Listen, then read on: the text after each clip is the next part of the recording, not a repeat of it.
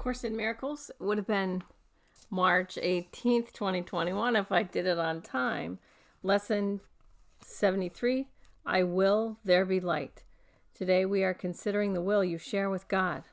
This is not the same as the ego's idle wishes, out of which darkness and nothingness arise. The will you share with God has all the power of creation in it. The ego's idle wishes are unshared and therefore have no power at all. Its wishes are not idle in the sense that they can make a world of illusions in which your belief can be very strong, but they are idle indeed in terms of creation.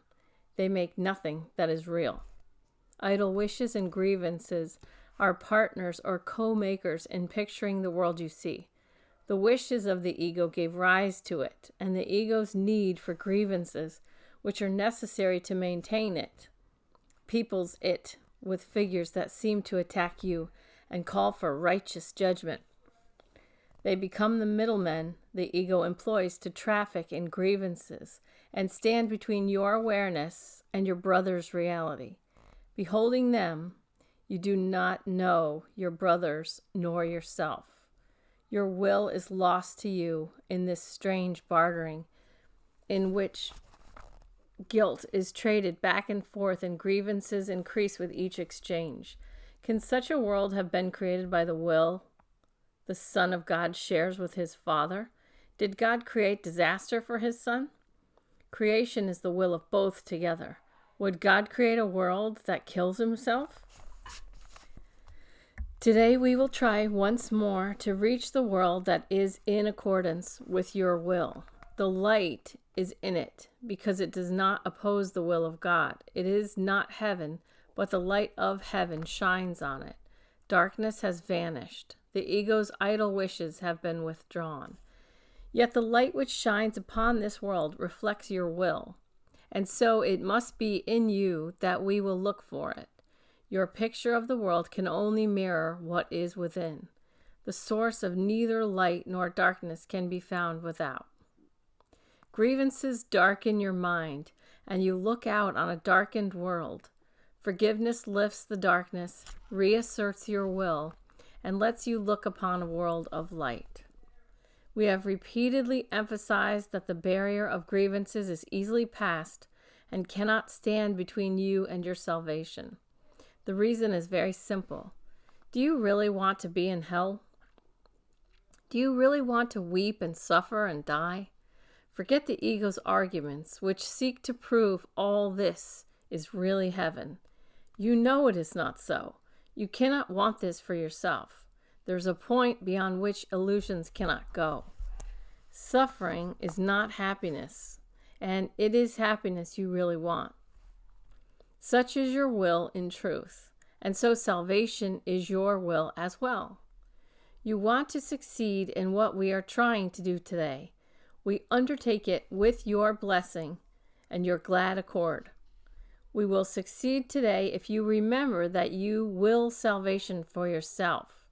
You will to accept God's plan because you share in it. You have no will that can really oppose it, and you do not want to do so. Salvation is for you. Above all else, you want the freedom to remember who you really are. Today, it is the ego which stands powerless before your will. Your will is free, and nothing can prevail against it. Therefore, we undertake the exercises for today in happy confidence, certain that we will find what it is your will to find, and remember what it is your will to remember. No idle wishes can detain us, nor deceive us with an illusion of strength. Today, let your will be done, and end forever the insane belief that it is hell in place of heaven that you choose. We will begin our longer practice periods with the recognition that God's plan for salvation, and only His, is wholly, WHOLLY, in accord with your will. It is not the purpose of an alien power thrust upon you unwillingly. It is the one purpose here on which you and your Father are in perfect accord. You will succeed today, the time appointed for the release of the Son of God from hell and from all idle wishes. His will is now restored to his awareness. He is willing this very day to look upon the light in him and be saved. After reminding yourself of this and determining to keep your will clearly in mind, tell yourself with gentle firmness and quiet certainty, I will there be light. Let me behold the light that reflects God's will and mine. Then let your will assert itself, joined with the power of God and united with yourself. Put the rest of the practice period under their guidance. Join with them as they lead the way. In the shorter practice periods, again, make a declaration of what you really want. Say, I will there be light. Darkness is not my will. This should be repeated several times an hour. It is most important, however, to apply today's idea in this form immediately you are tempted to hold a grievance of any kind. This will help you let your grievances go instead of cherishing them and hiding them in the darkness. That's lesson 73. I will there be light. I will there be light. Let me behold the dark that reflects. I will there be light. Let me behold the light that reflects God's will and mine.